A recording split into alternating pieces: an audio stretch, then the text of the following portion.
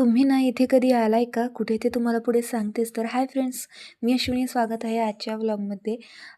तर समोरच्या नावावरून कळलंच असेल काहींना, की आम्ही कुठे आलो आहे ते.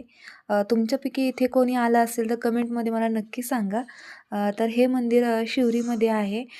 सासवड जेजुरी जो महामार्ग आहे त्याच्या कडेलाच आहे. जास्त असं आत काही जावं लागत नाही, रोडवरूनच दिसतं. तर इथे गर्दी काहीच नव्हती, त्याच्यामुळे आम्हाला माहिती होतं की आमचं दर्शन चांगलं होणार आहे. तर इथे गाभाऱ्यात आल्या-आल्या आम्हाला फ्रेश असं वाटलं. दर्शनही खूप छान झालं. खूप दिवसांपासून इच्छा होती की इथे यायचं दर्शन घ्यायला. तर इथे शिवराजने आणि त्याच्या आजोबाने दर्शन घेतलं. इथं मला पण खूप छान दर्शन झालं. त्याच्यानंतरनी यांनी दर्शन घेतलं. हे आमच्या मागे होते. तर मस्त असं दर्शन घेऊन आम्ही गाभाऱ्यातून बाहेर पडलो. तर हो आहे पूर्ण व्ह्यू आतल्या गाभाऱ्याचा. तर इथे बाहेर आल्यावरती सुंदर असं नक्षीकाम केलेले आम्ही बघत होतो.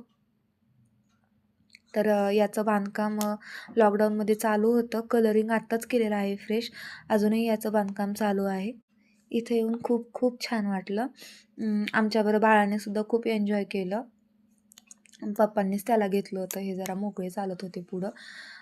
तर हे छोटंसं मंदिर पाहताय ते काही दगडातलं वगैरे नाही आहे. ते सिमेंटचं केलेलं आहे.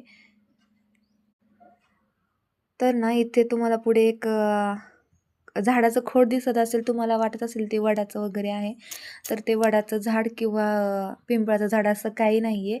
ते आहे लिंबाचं झाड. ते खालनीच बांधून घेतलेलं आहे आणि वर असं म्हणजे आहे त्या जिवंत आहे ते झाड. आजचा व्लॉग इथेच एंड करते. Bye bye.